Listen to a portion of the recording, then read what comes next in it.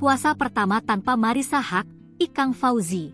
Biasanya dia yang urus semua. Penyanyi dan aktor Ikang Fauzi curhat Ramadan tahun ini terasa sangat berbeda baginya. Ini adalah kali pertama Ikang Fauzi menjalani bulan suci tanpa sang istri, Marissa Haque, yang berpulang beberapa waktu lalu. Iya, Ramadan tahun ini terasa berbeda, pasti, ujar Ikang Fauzi. Kata Ikang, Marissa lah yang mengurus semua ketika puasa. Dia ratu rumah tangga.